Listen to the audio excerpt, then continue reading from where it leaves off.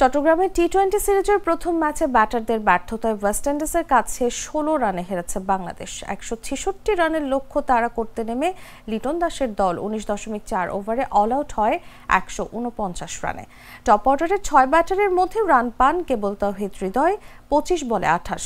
শুরুটা ভালো করেছিলেন তানজিদ হাসান তামিম, ছক্কায় ইনিংস শুরু করলেও ১৫ রানের বেশি যেতে পারেননি। লিটন, সাইফ, শামীম কেউই টিকতে পারেননি উইকেটে।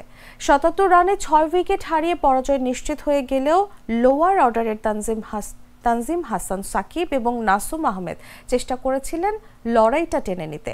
সপ্তম উইকেটে তারা যোগ করেন ২৩ বলে ৪০ রান, তানজিম করেন ৩৩, নাসুম ২০। কিন্তু তাদের বিদায়ের পর আর কেউ দাঁড়াতে পারেননি। ওয়েস্ট ইন্ডিজের হয়ে জেডেন সিলস নেন ৩ উইকেট। এর আগে ব্যাট হাতে ঝড় তোলেন রফম্যান পাওয়েল। শেষ ওভারে হাঁকান ৩ ছক্কা, অপরাজিত থাকেন ৪৪ রানে।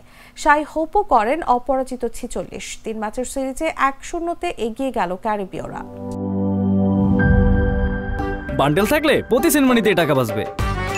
বিকাশ সেনমানি বান্ডেল কিনে জিতুন প্রতি লেনদেনে।